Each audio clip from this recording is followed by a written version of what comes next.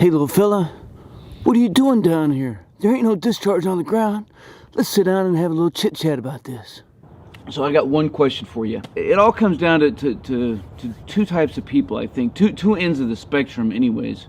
On one side of the spectrum, you have your crackheads. The other side of the spectrum, you got your potheads. So how do you find some balance? Let us know down in the comments below. Hey, so I do kind of feel like a dinosaur in a lot of ways, because I'm not a technology guy, man. I don't like to use my cell phone for work. I like to slow things down as much as I can. I don't care what it is, bro. I'm not afraid of your questions, right? I'm not afraid of your stinking questions. So go ahead and ask them. Enabled me to think about some life, think about relationships, think about all the things that matter and that are of value to me. And so I have a tendency to work too much and to think about work too much. And, you know, it's kind of an ebb and flow. I realize that about myself, and so I try to make an intentional, you know, pause or break between work and home life, and taking and understanding and knowing that one day we all have to take the uniform off. And so I'm really intentional on trying to make sure that I'm doing what I can and the best that I can for me and the family. Hey, everybody.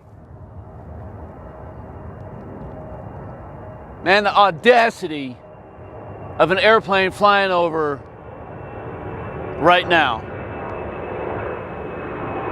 Go on.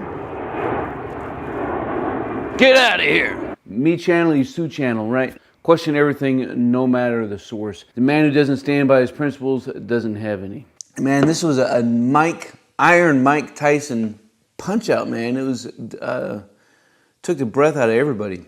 I think that everybody needs a creed to live by, because I think for the most part, humanity is kind of broken, and we're kind of hypocritical. And that, man, that's me. Sorry, bro, but that's you. And I think that's all of us. You know, we're a little hypocritical because we're broken, and we're just try to do the best we can. But some of us are way more intentional than others, I think. I don't know what my creed to live by is. I mean, I do, I guess. That was a lie. To remind ourselves that this is how I want to live this day. For me, you know, it all comes down to values. So I think about integrity. I think about, you know, ramrod being straight and not bending. And so that does it for me for the most part. And do something that's absolutely the right thing to do, to live with integrity, to live honorably. Probably didn't make sense or isn't worth anything, but, you know, it's just things that I think about. Speaking of which, you know, years ago, we didn't used to have man caves. Certainly, my dad certainly didn't have one growing up, unless you wanted to call his garage his man cave. We had things like studies and dens, a place you could go in and read a book, have a conversation and a dialogue with somebody about something that was important.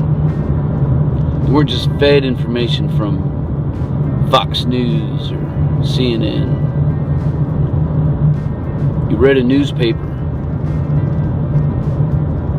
You wrote a letter. When you do these things, it slows you down. It forces you to not be in a rush. Leave some comments down below. We'll keep this conversation rolling as always. Until then, stay tuned. Share with us a defining moment.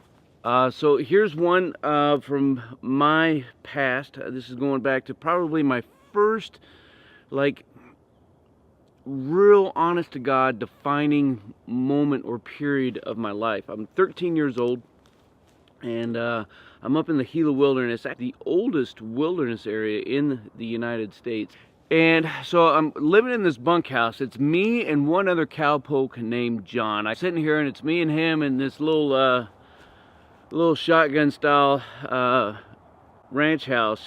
And that was something else. But he taught me in that experience, and the experience taught me and ingrained something in me that to this day has lasted, and that's integrity. That no matter what happens, you have to do the right thing.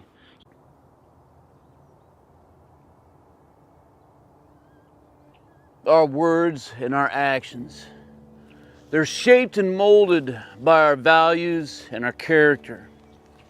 Because it lets me know that there are other people who are out there who value and believe the same things that I do. And reconnect with something that is bigger than yourself. Because God knows we need it.